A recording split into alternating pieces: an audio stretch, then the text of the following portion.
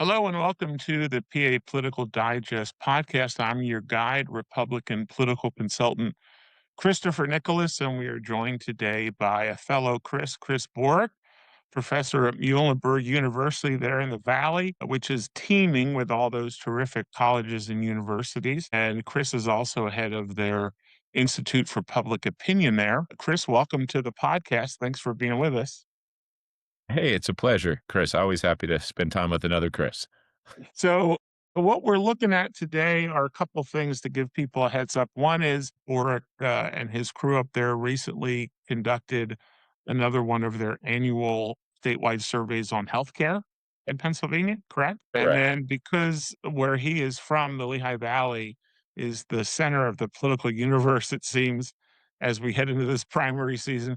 We're also going to talk about the hot and heavy primary in the 7th Congressional District, as there are four Democrats battling it out to face Ryan McKenzie, a first-term Republican, in the fall, and then also a little bit on the hot and heavy state Senate primary there that covers most of Lehigh County and some of Upper Bucks, the 16th district, where again you have a big-time two-way Democratic primary of folks trying to take on first-term incumbent Republican State Senator Jared Coleman. So, Chris, let's start with the statewide survey on public health, which I have to admit, until I saw this one, I didn't know you did. But one of the great things about surveys, I do surveys too, is you can look back over time and see how things are ebbing and flowing. So before I get to the question I'm most interested in that statewide survey, why don't you give us your big two or three takeaways, because you've done them now for many years?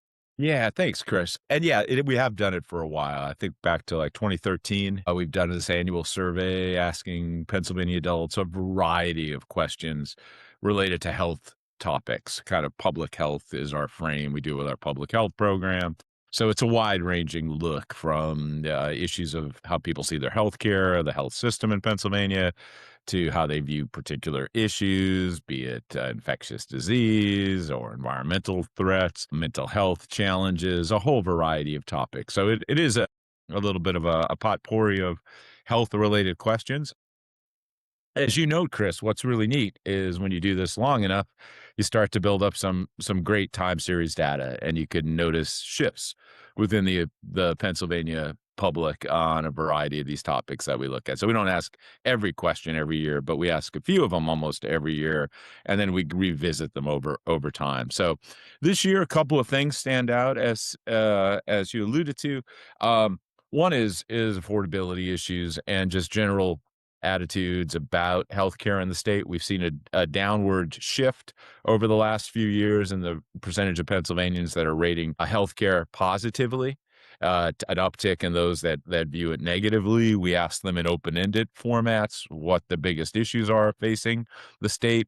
Cost, access are issues that are at the top of the list. I don't think that's surprising to anybody right now in the current environment, but it came across very clear. So I think we're seeing on the whole, on the macro levels, some increasing anxiety and dissatisfaction with the healthcare environment broadly defined in the state. But we see some interesting changes in how people might be viewing particular issues.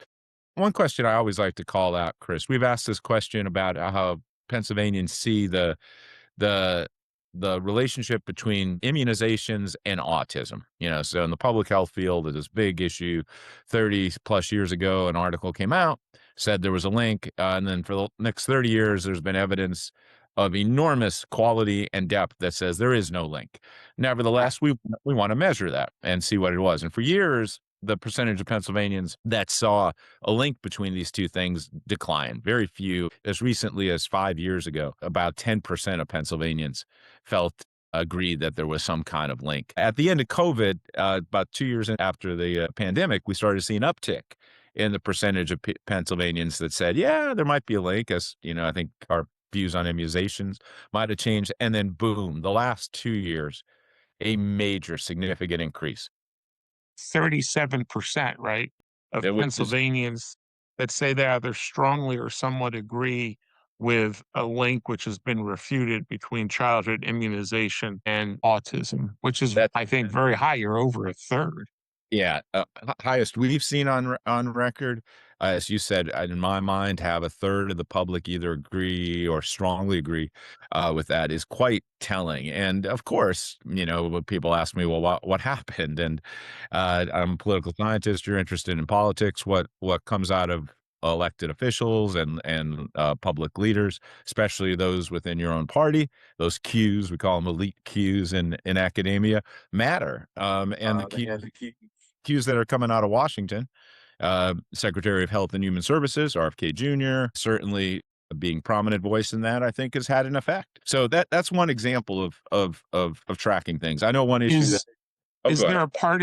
is there a partisan skew in Overwhelming. those numbers? When I do surveys, I like to see what the baseline is. So in this case, 37%. So who is significantly above that or significantly below that? Great question, Chris. And as you're right, there is a partisan breakdown that's really significant. Republicans are much more likely to say they agree with the relationship, the unfounded relationship between MMR shots and autism. Democrats and independents are closer aligned in opposition or disagreement with that statement. Democrats, in this case, I'm sure you do too, see where independents break closer to the parties. They break closer to Democrats on this issue.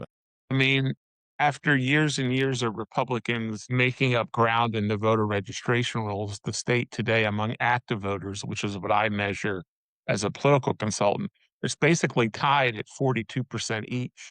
Democrats still maybe 25 or 30,000 more, which in a state with 8 million plus voters is, tie. And so you've got the other essentially 15, 16% who are independents. And I always put this caveat that independents in Pennsylvania are people who are neither Republican nor Democrat.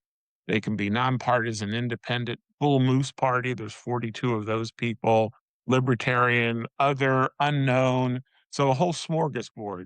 But in a state where the two parties are tied, okay, I don't have advanced degrees like you do. I just have one. But as go the independents in statewide races, so goes the election. So often the case, Chris. It really is. That group it's growing, right? As you know, doesn't mean that an independent. I'm an independent, registered independent, have been since we moved back to Pennsylvania. Uh, So is one of our Supreme Court justices as of today, David Wecht, who I, rocked the world yesterday because he left his own party, the Democrats, because too much, quote unquote, from his letter, too much Jew hatred. So that's an issue for another day. But they are the fastest growing yes, that's uh, party identification in the state. When I first started doing primarily a lot of work in PA, which was late 80s, early 90s. Indies were like 6%, 7%. And now, like I said, they're 15, 16. So, despite, by the way, closed primaries, right? That disincentivize making that choice, right? So that's a yeah, been registering people to vote since I was 10. I was an early adopter. And I'd register people as Democrats before I wanted to be an independent because you were locking yourself out of half of the system, right? I told You know, told why my sons, yeah. When my why son eat ice cream only one day of the week when you can have it every day of the week, right? So, I did when my sons became of age, I said, "I don't care, I'm a registered independent. I don't care how you register, but if I were you, I would pick one of the parties because you're gonna get much more bang for your buck in the state." So I miss voting in primaries. It's well, that's again story for another day. Have yeah. to. So one of the things that struck me here is voters do not trust RFK Jr. There's a rising tide of people thinking mistakenly there's a connection between MMR and autism. We see declining rates of measles inoculation, which is the one of the M's in MMR, measles, mumps, and rubella. Big stories in the Post-Gazette and the Inquirer about dropping immunization rates. But then when you go further into your survey, people are asked about their primary care physician, their PCP. And I've had the same one for 30 years, and I think he's terrific. And other people in my family see him. So 84%, which to me is very high still, basically in love with their primary care physician. So you've got this weird juxtaposition, right? They trust their family doctor, but some of the other stuff they're not so sure. It's a beautiful point, Chris. Yeah, they do, and as someone that does polling, there's a trust deficit in the country. I've looked at this for years. Institutions, all our institutions, higher ed for sure, government, the media, and even so, things that for a long time had great trust, the military, which has always been really high. We've even seen declining trust there. One thing that it looks like, at least from our survey results, the relationship with those family physicians remains pretty strong and people trust. And we juxtaposed it as you might have seen in the poll, Chris, with other things. How much do you trust the CDC? How much do you trust artificial intelligence sources like chatbots? I'm sure you saw people do not trust chatbots much for their medical use. Why we asked the question is our staff, we say, well, people are using it a lot. And so we said, well, do they trust it? And at least from our measure and some other measures I've seen nationally, there remains lots of distrust right now about what you get from that method. The juxtaposition, the contrast between distrust but still trusting your PCP, it the corollary that I thought of was that people don't like politicians, want to get rid of them, think Congress is terrible. But then when you ask them about their specific member of Congress, oh yeah, he's a good guy, she's a good woman. So you get this kind of, mine is fine, but everybody else is for shit. That's, when you ask people questions about crime, what I do is I split sample it. Split sampling means if you're talking to 500 people, you ask half of them version A of a question and half of them version B. So one of the things I do on questions about crime is I split sample it. I don't ask people about crime, get crime in their local region, half get asked about crime in the state or the country.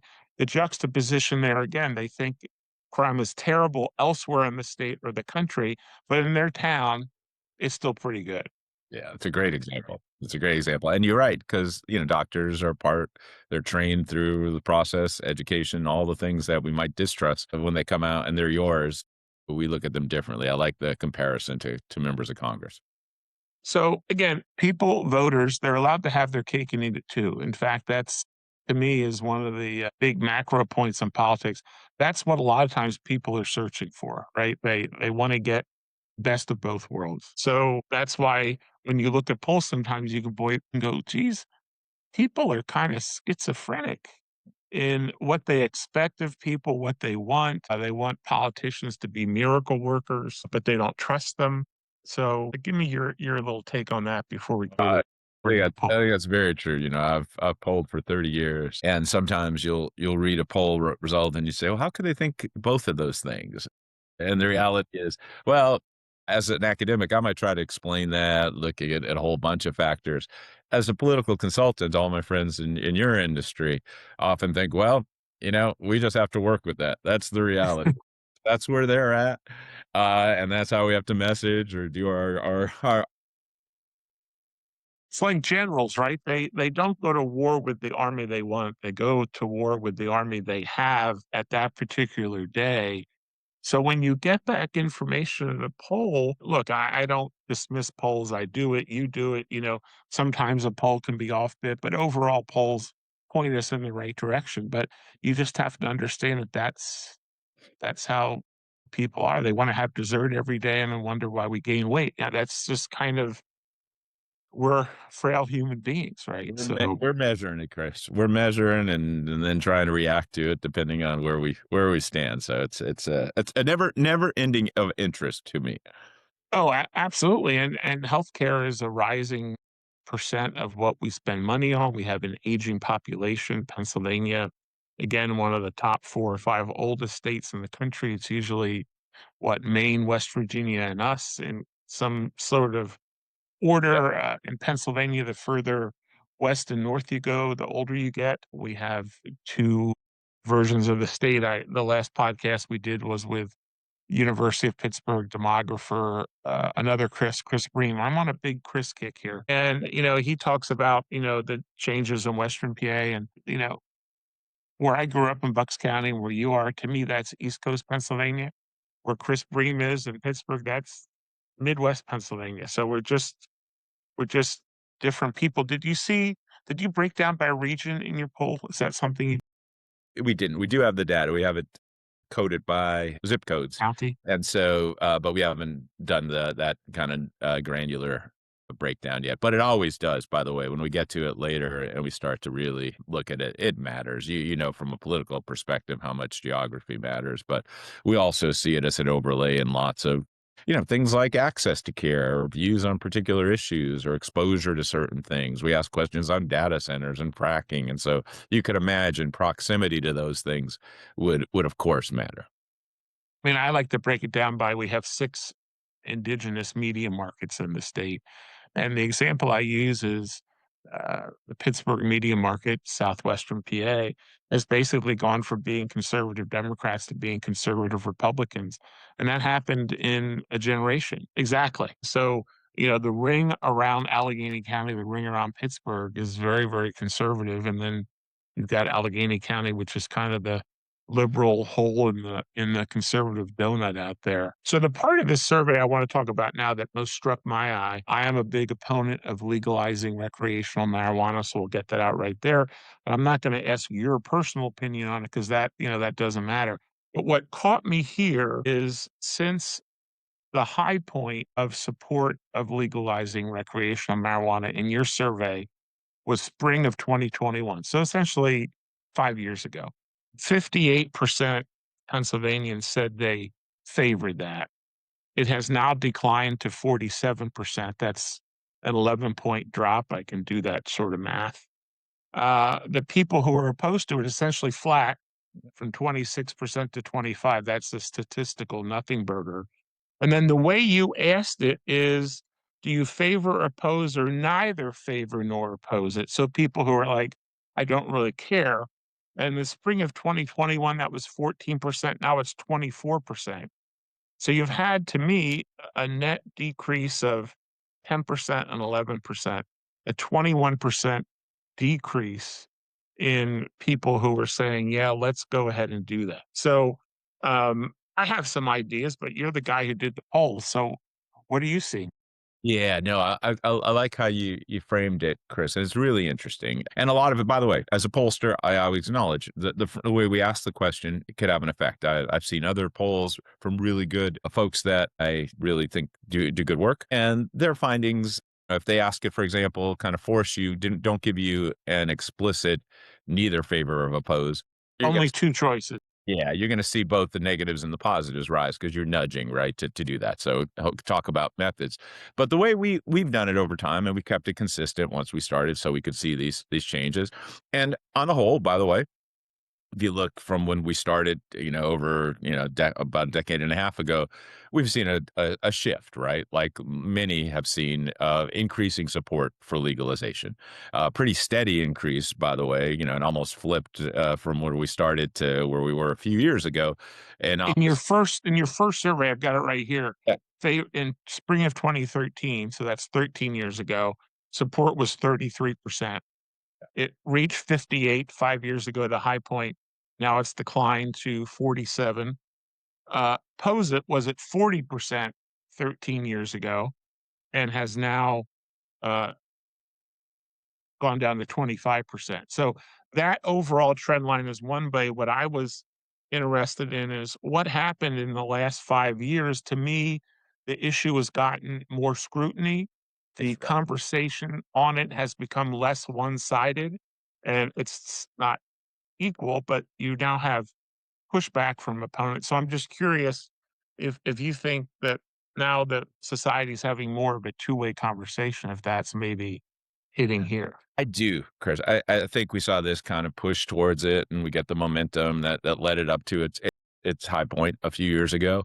And then it starts to become a more nuanced conversation. People experience it in different ways, right? If you're around and you see it more present, even if say you've said, yeah, I generally support it. I don't engage in a marijuana use, but yeah, it's fine. But then you start to confront it, right? Maybe you see it out in public, or you have a reaction to it. You hear of use in certain environments, and you're thinking, I don't really like that much. It may soften kind of your it might move your soft support to the place where it becomes, well, I'm kind of indifferent on it now, and that's my gut instinct. We don't have enough follow-up questions to really get at that for me to say with 100% confidence, but putting our results in conversation with other studies, I think you've seen that get to the stage right now, the public support, where you get folks that are just not necessarily feeling as strongly positive about it. Again, I'll say it's a 2-to-1 ratio, favor to oppose. It's still, if you look at that balance, but some of the momentum that was there for years that I saw building, I think has become a little more complicated right now, a little more nuanced where people aren't necessarily, and if you break it down, partisan wise, and people ask me, well, why isn't Pennsylvania legalized? And you're a Republican consultant. Among Republicans, we see opposition still fairly significant compared to Democrats and independents. And of course, you respond to your constituencies. So it's become a less clear path to me from a public opinion perspective than it had been 5 years ago, right? Where one might say, well, this is headed in one direction. The last couple of states that have had referendums have voted no against that. And what I think has happened is back when Colorado did it, they were the first state, if I remember correctly. It was all about conjecture. We think legalizing it might mean X, it might mean Y. Now, I think there's enough of a history and enough states that have done it. California, for example, has more marijuana grown by Mexican cartels than they did before they legalized it, right? More people are dying in highway accidents because you have more people under the influence because the marijuana that's sold is super high potency. That's what the companies that do this, the example give is if you walked into a liquor store and there was nothing available but grain alcohol, the most high potency alcohol. That's kind of what the big marijuana wants to do. But so what I'm thinking is you've got people who have gone from favoring it, not to opposing it, but to being kind of menza menza. I'm not sure. One of the things we do in polling is we ask people, are you strongly for something or only somewhat? And what we've seen, for example, with President Trump's job approval, even among Republicans, it hasn't gone down a lot, but it's softened. You have more Republicans going from strongly approved to somewhat. We kind of see that march here. Whether it continues, who knows? But I think as the conversations become more two-sided, it's not something up in the air for people. They have a concrete example, as you said. They've had to deal with it. Maybe if they travel to Jersey, you guys are right there on the border with Jersey, or you go to some other state that has it. So it's not a hypothetical. I love your present. I think that's exactly right, Chris. I think it's become for a segment. We haven't seen, as you said, opposition increase at all. We have seen, I think, a significant portion of Pennsylvanians that might have been leaning in that direction now, saying, again, we don't ask it in the intensity scale that if we had, but that have gone to the point where they're like, yeah, I could see pros and cons on this, and I'm just not feeling confident one way or the other in terms of my support. Reminds me of what maybe 15 years ago when there was an effort, ultimately successful, to legalize beer and wine in supermarkets. Pennsylvania, of course, famously has a liquor control board in state stores. And it was kind of popular, but not really any intensity. People were kind of like, well, okay, if that happens, which I think is one of the reasons it took forever because people just, you know, they didn't care about it that much. So when I see a question like this, neither favor nor oppose going up 10 points in 5 years, that's what it reminds me of. It's just not a top even 10 issue, let alone top five. Yeah, yeah, I would imagine for those folks, if we had done any follow-ups and asked them to rank it in saliency, probably that would be the case. Some other places that test this and give people three options like you did, favor, oppose, sometimes they have the third option has been to decriminalize it. And it's the same thing I've seen here where support for legalizing it goes way down. Decriminalization is kind of an amorphous thing. It's people know what it means, but not particular. That's what fascinates me about this issue. Like you said, if you give people just two options, favor is above 50. When you give them a third option, it goes down to what we have here. So if you were a prognosticator advising the General Assembly on this, would you say that this is a winning issue to still go out there and try to legalize it, or would you say it's kind of becoming more of a nothing burger and it's not a top priority for folks? Yeah, it's really that's a great way to frame it, and it's a challenging, response that I would give them, or at least challenging to me. In the sense, Chris, I would say, well, yeah, if you're looking at the broader perspective, this is one that you probably, if you're gonna engage in it, probably end up on the side of legalization still. You know, you could probably make an easier case there, and you look at public opinion, it's leaned to that direction, and it's changed over time. Of course, you'd have to look at this through the lens of partisanship, right? If I was a Republican legislator and I'm looking at this, I'm certainly not diving in headfirst. And you can see the reticence and why that might be the case. Yeah, this is an issue that, like I said before, I think these results, put them in conversation with everything else that we talked about, and take them for what they're worth, do show it's not the slam dunk that some folks would tell you, that's for certain. And that I think I might bide some more time and see where people head the next few years if I had the luxury of offering such thoughts, Chris. We need more data, right, Oh, Professor? yeah. That's what we need. You know, Always lean in favor of more data. So the last couple years in Governor Shapiro's budgets, it's just been assumed that marijuana has been legalized and it's cranking out, 400 or $500 million. And legislators on both sides have been kind of pumping the brakes, saying even if we legalized it today, it's a year until it starts creating any money. So that has been part of the state budget friction in Harrisburg. I know the state budget does not engender as much interest outside the capital here as does my in your part of the world. So before we wrap up on the healthcare part and move to the campaign side, is there anything in the healthcare part that you wanted to mention that I didn't get to? no, Chris, I think we hit some of my favorite takeaways, right? And those time series things that we could see change on issues that are relevant and to Pennsylvania. I won't go too far into it. I'll just mention we started looking at data centers. Everybody's looking at data centers right now and seeing, do people from a broader perspective think it's a crisis or is a problem, or if it's not a problem? And we got about a fifth of Pennsylvanians that think this is a crisis, about a fifth that says it's not a problem, and a big chunk that said, or fifth that says it's a crisis, fifth that says it's not a problem at all, and then the rest saying it's a problem but not a crisis.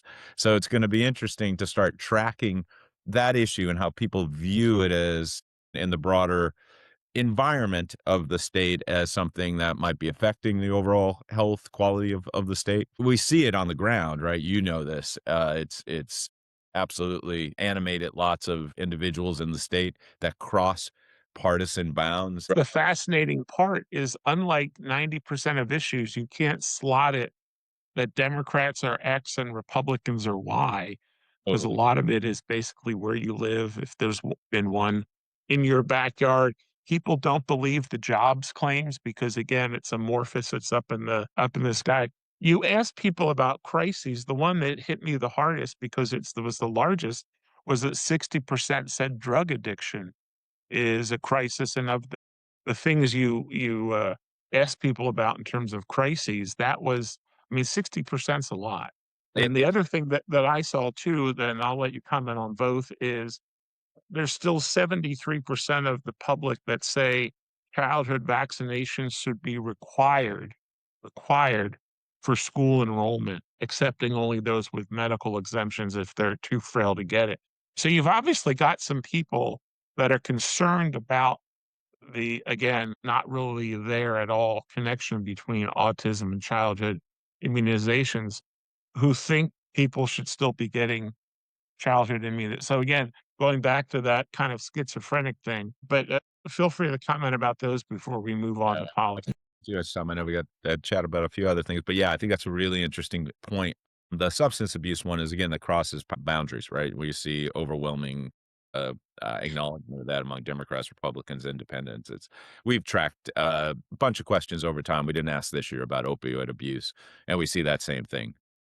People have it in their lives, right? It's not an amorphous issue. It's my next door neighbor's kid my cousin. To me, it was the same thing when gay marriage picked up steam in terms of favorability. Again, it wasn't some just gay person off in the distance. It was your college roommate, your next door neighbor, your uncle. It became personalized. And that's what I see with the drug addiction part too. So we're going to move a little bit now into politics. The professor is located in the Lehigh Valley. The Lehigh Valley is generally considered to be the counties of Northampton County, which has most of Bethlehem and Easton, and Lehigh County, which has Allentown. It's within the Philadelphia media market, but its own separate TV market, radio market, that type of thing. So it's kind of a market within a larger market. And it just happens to be, to me, the location of the most fascinating congressional primary in Pennsylvania. I would not have said that at the beginning of the year. I would have picked another one, but this one, primaries, again, voters have a chance to have their cake and eat it too. So they have different slices of candidates. The four candidates are, and help me, Carol Abando Durstein. Yep, Did I get all Abando. those names right? Abando Durstein, a former aide to Senator Bob Casey, a former engineer with PPL, Brian Crosswell, until recently a Republican who grew up in Schuylkill County, who was a DOJ prosecutor who resigned because the case he was working on against the mayor of New York got thrown out, and he said, "To heck with that."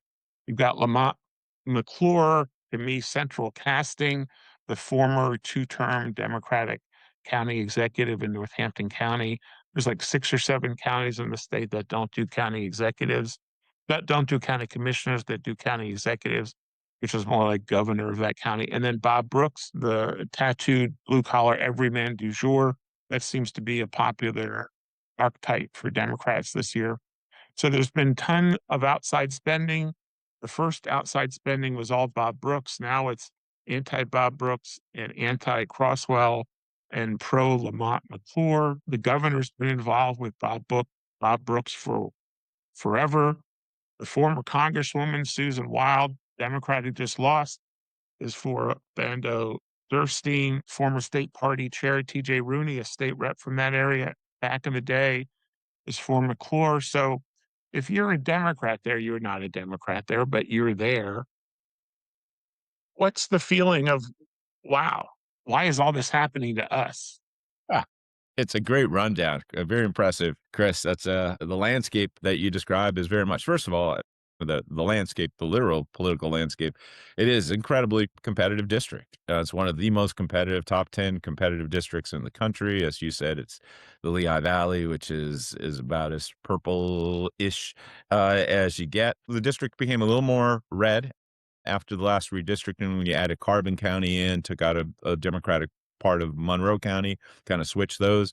So probably, by the way, without that switch, Susan Wild's still the congresswoman from the district. But I agree. She got elected in 2018 when the state Supreme Court took it upon themselves to redraw districts.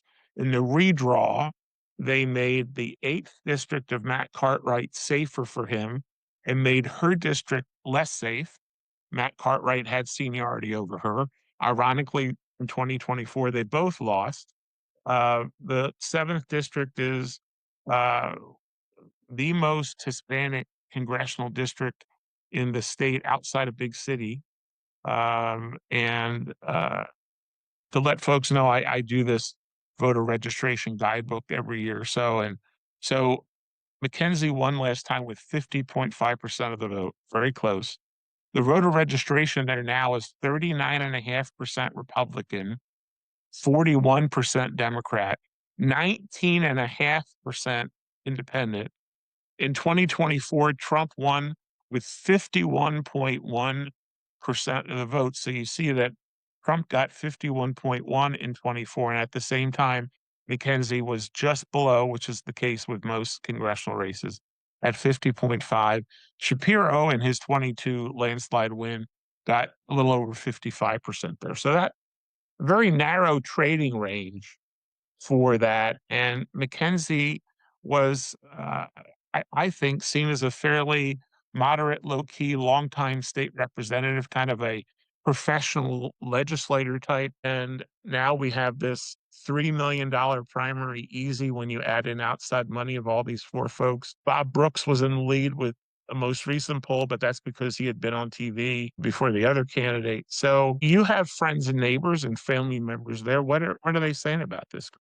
No, it is it's, it's you can see why both parties think they could win because they can win this district. They have, and so that's bringing lots of attention. Congressman McKenzie is gonna be well-funded, he's experienced, political figure. He's got the tides going against him in a midterm like this, that's for sure. Democrats think they could ride that tide. That's why you see the interest they do. As you described, Chris, I think the array of candidates that are in the field do capture various lanes, cohort segments of the modern Democratic Party.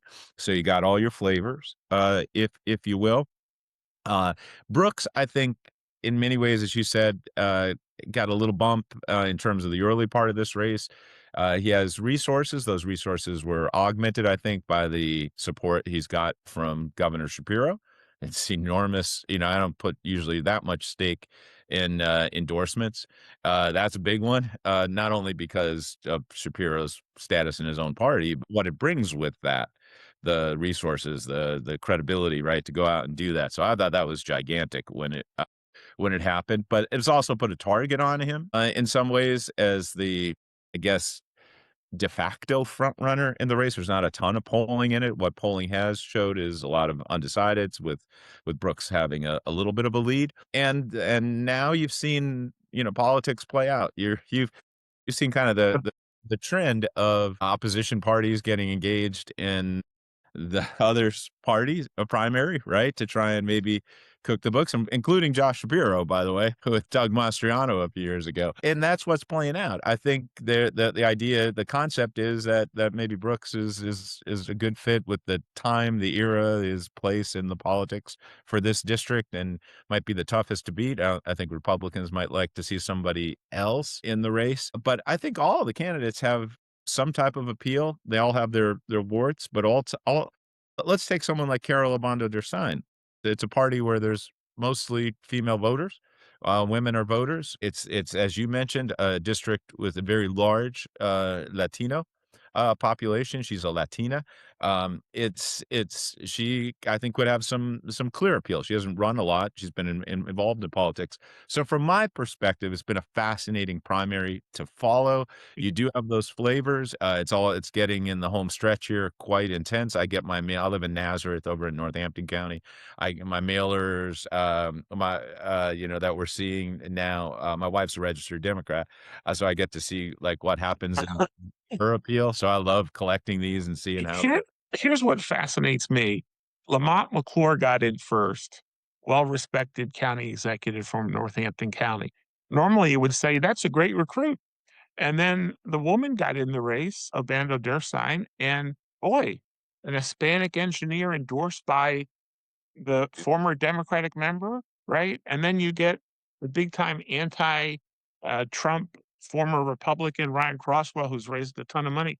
And then Shapiro said, "The heck with all them. I'm going to get this guy, the tattooed blue collar guy, um, the Nazi tattoo guy up in Maine, Graham Plattner. His consulting team is the same consulting team that is helping Bob Brooks, and they are the remnants of John Fetterman's team from 2018. They may not admit that anymore, but last week the Democratic Congressional Campaign Committee, the DCCC, the D-Trip as we call it, endorsed Bob Brooks. Again, Shapiro, them putting the thumb down. And I put out a tweet that said, given all of Brooks's foibles, he's being sued by his mother-in-law for bilking her out of a house. He married 2 women with the same exact name, which is just so bizarre. I think the National Republican Congressional Committee would also endorse Bob Brooks now because it seems like he's taken on water, right? And there's a lot of there with Mr. Brooks is what I sense. I like Chris, I love that point, and I think absolutely there's openings there. The one thing I'd say is, have we been a little bit, and this is the political scientist person in me that says, are we a little desensitized to some of those things now in this contemporary era, and that especially with Democratic energy and others, they're willing to kind of look past some of those things in ways they haven't before. I'm not sure, but I think maybe the calculus on the part of the DCCC and Shapiro and his folks is that, yeah, you know what, we know all that stuff. I would imagine they knew all that stuff and said, yeah, you know what, he's still the model. He's the type of person we want in. We think we could do this. It's a good cycle. This is it. That's my bet. So it's kind of a deal with the devil, right? Lamont McClure, the former Norco executive, was kind of standard issue Democrat, maybe not very exciting. I think acquitted himself well in his 2 terms, has Well, some big elections too, and a big part of the district, right? Overwhelmingly strong election. So just as that point. Yeah. and they just passed term limits in Northampton County. You can't be a county executive more than 2 terms, but it didn't apply to him.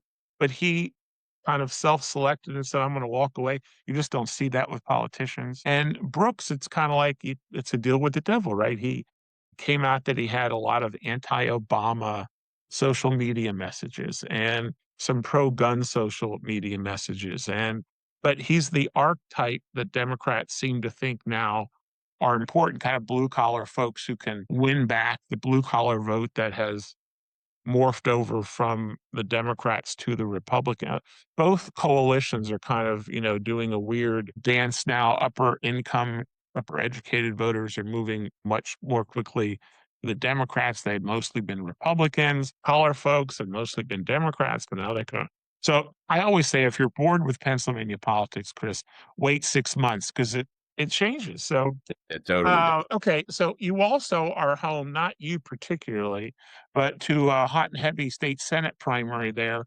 First term incumbent Republican Jarrett Coleman represents the 16th district, which is the upper third of Bucks County, and then basically everything in Lehigh County except for the bulk of the city of Allentown.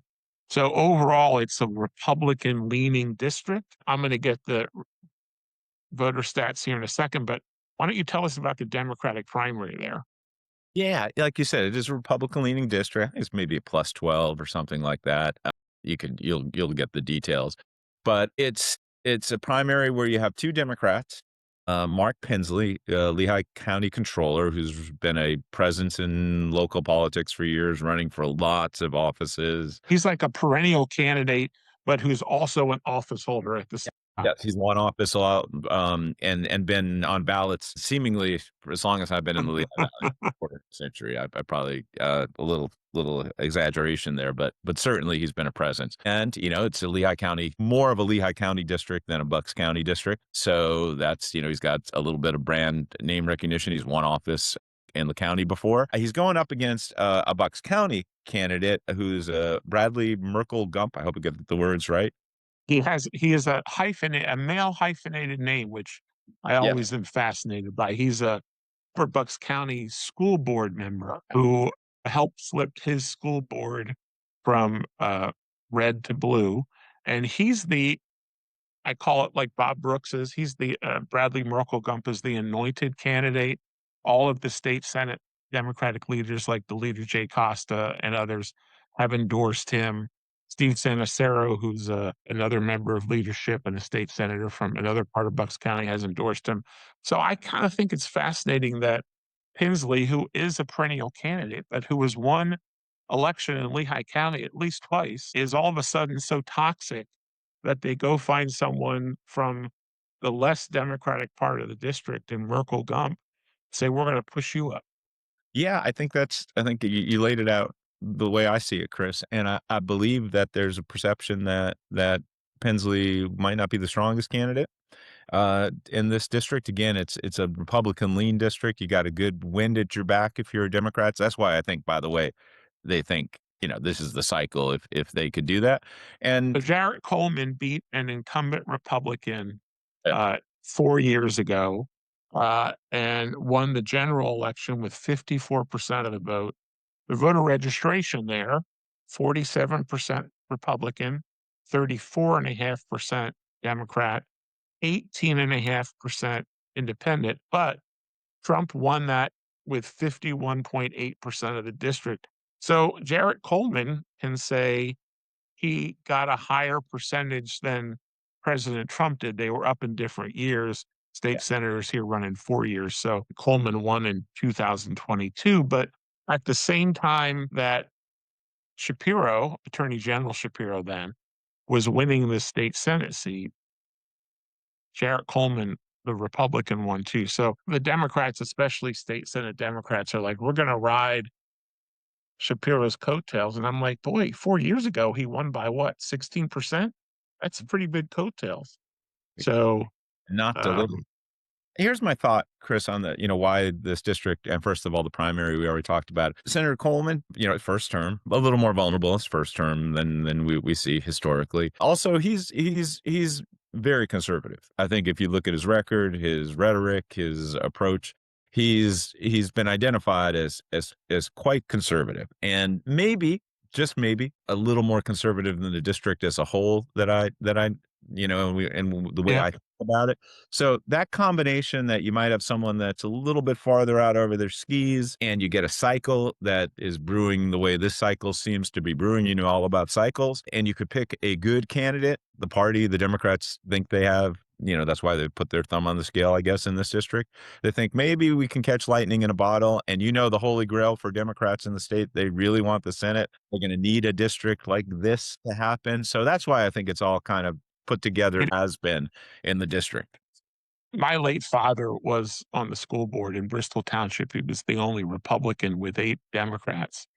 And I really learned then that in politics, all shit rolls downhill, and the school board members are at the bottom of the steepest hill. So it's always problematic when you run school board people for higher office because they have controversial votes on, genderized bathrooms and tax increases and closing schools or realigning school territories. So there's a lot of oppo you can go after on those folks. So anyway, Chris Borick, thank you. I want to give you a moment now to plug Muhlenberg University and your Institute for Public Opinion up there. What should people know?